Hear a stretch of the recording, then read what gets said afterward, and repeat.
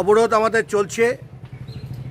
আপনারা জানেন বিগত কয়েকদিন আগে আমরা আমাদের একজন গ্রামবাসীকে হারিয়েছি।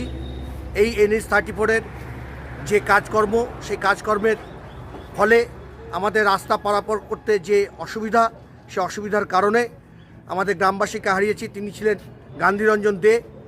আজ ঠিক সকাল 7টায় তিনি তার কৃষিকাজ সেরে রাস্তা পার হচ্ছিলেন। এমতো অবস্থায় প্রাণঘাতী ট্রাক তাকে তার প্রাণটি নিয়ে নেয় এবং সেই জায়গাতে তিনি মৃত্যুবরণ করেন। এই যদি চলতে থাকে, আজকে এই দিয়ে হলো 21 নাম্বার।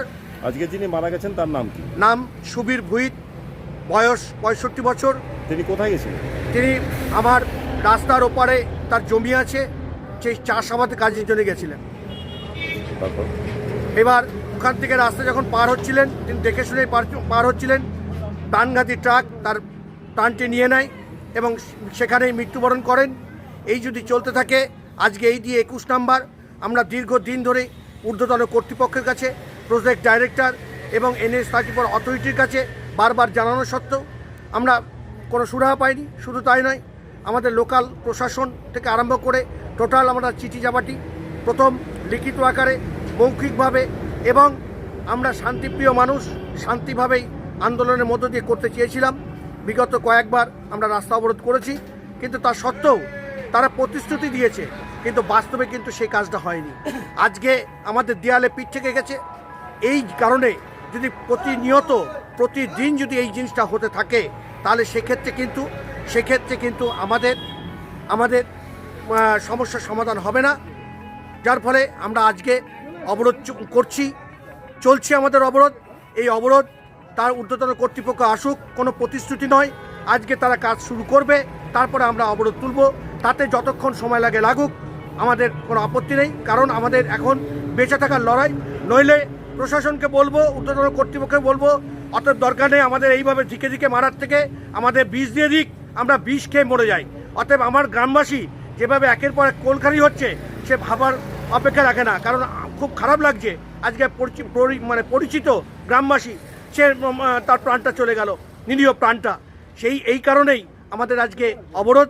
এই অবরোধ করার উদ্দেশ্য একটাই, যে সুস্থভাবে কলেজ স্টুডেন্ট থেকে আরম্ভ করে, ছাত্রছাত্রী থেকে আরম্ভ করে বয়স্ক রুগী, আজকে বিগত দিনগুলোতে দেখেছেন আমরা পালপাড়া মোড়ে কীভাবে সুস্থভাবে পারাপার করতে পেরেছি। আজকে সেই অস্বস্তিকর পরিবেশ আমাদের মধ্যে তৈরি হয়েছে। শুধু তাই নয়, সকালে যে লোকটি বাড়ি থেকে বেরোচ্ছে, দিনের শেষে বাড়িতে ফিরবে কিনা, সেটা একটা সংশয়ের কারণ হয়ে দাঁড়াচ্ছে। আজ সেই সংশয় কতদিন থাকবে? এই যদি চলতে থাকে, তাহলে আমরা তো সেখানে পিছিয়ে থাকতে পারি না। অতএব আমরা গ্রামবাসী হিসাবে, প্রতিবাদের ভাষা হিসাবে আমাদের কাছে আর কোনো অস্ত্র নেই। আমরা এই আন্দোলনের মধ্য দিয়ে আমরা অবরোধ করব, চলবে। অতএব সমস্যার সমাধান হবে না। আপনার পরিচয়? আমার পরিচয়, আমি গ্রামবাসী। আমার নাম সঞ্জয় চন্দ্র, বাবু বলে অনেকেই চেনে। আমরা ভাতজাংলা, উত্তর ভাতজাংলা পালপাড়ার বাসিন্দা, ভাতজাংলা পঞ্চায়েতের একজন স্থায়ী বাসিন্দা। আমাদের গ্রামবাসীর দাবি হচ্ছে আমাদের এখানে অবিলম্বে আন্ডারপাস করতে হবে।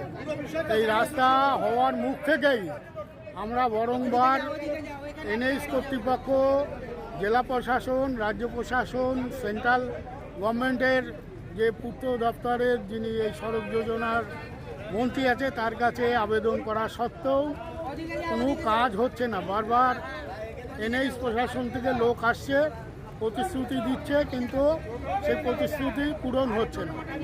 একজন আসছে, তিনি ট্রান্সফার হয়ে যাচ্ছে, আর একজন আসছে, বলছে আমি দেখবো, সময় দিন আমাকে। এরকম হচ্ছে না। এই সময়কালের মধ্যে আমাদের এখানে প্রায় 23 জন গ্রামবাসী মারা গেল।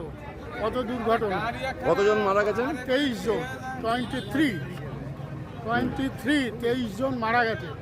ঊর্ধ্বতন প্রশাসনকে সমস্ত বিষয় জানানো সত্ত্বেও কোনো রকম প্রতিশ্রুতি।